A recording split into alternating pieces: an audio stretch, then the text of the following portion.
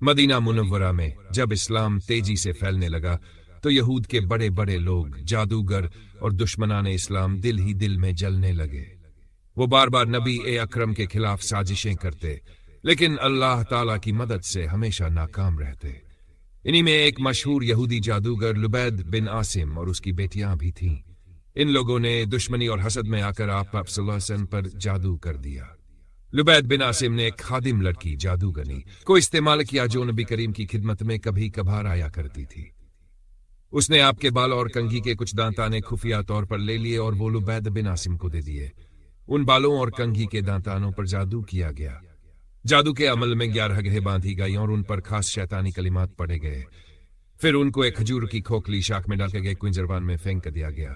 یہ جادو جسمانی بیماری کا نہیں بلکہ وہمی اور ذہنی اثرات ڈالنے والا تھا۔ آپ کو کبھی ایسا محسوس ہوتا کہ آپ نے کوئی کام کیا ہے لیکن حقیقت میں وہ نہیں کیا؟ کبھی خیال ہوتا کہ میں نے فلاں چیز اپنی بیوی کے پاس کی ہے مگر وہ سرے سے ہوئی ہی نہ ہو۔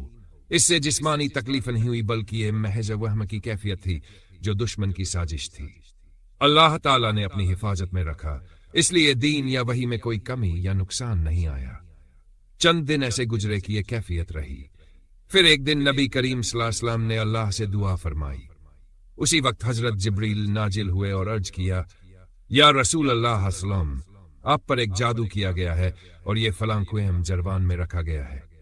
پھر جبریل نے بتایا کہ کس طرح جادو ہوا اور کہاں ہے۔ رسول اللہ نے اپنے چند صحابہ کرام کو بھیجا۔ انہوں نے کنویں کو صاف کیا اور اس میں سے وہ کھجور کی ٹہنی نکالی جس میں کنگھی اور بال لپٹے ہوئے تھے اور 11 گرہیں بودھی ہوئی تھی۔ اسی وقت اللہ تعالیٰ نے نبی کریم پر سورہ الفلق اور سورہ الناس نازل فرمائی۔ ان دونوں سورہوں میں کل 11 آیات ہیں۔ نبی کریم نے جب ان سورہوں کی تلاوت شروع کی تو ہر آیت پر ایک گرہ کھلتی گئی۔ جیسے ہی آخری گرہ کھلی تو آپ صلی اللہ علیہ وسلم بالکل تندرست اور مطمئن ہو گئے۔ صحابہ کرام عرض کیا، یا رسول اللہ صلی اللہ علیہ وسلم، کیا ہم لبید بن عاصم کو قتل نہ کر دیں؟ آپ صلی اللہ علیہ وسلم نے فرمایا، اللہ نے مجھے شفا دے دی اور میں لوگوں کو اجا دینے والا نہیں، یعنی آپ مسلم نے معاف فرما دیا۔ سبقات جادو حقیقت رکھتا ہے لیکن صرف اللہ کے حکم سے اثر کرتا ہے۔ نبی کو بھی وقتی طور پر جادو کے اثر میں لایا گیا تاکہ امت کو سکھایا جائے کہ اس سے نجات کیسے پائی جائے۔ سورہ الفلق اور سورہ الناس موجزتین جادو، حسد اور ہر شر سے حفاظت کا سب سے مفید ذریعہ ہے۔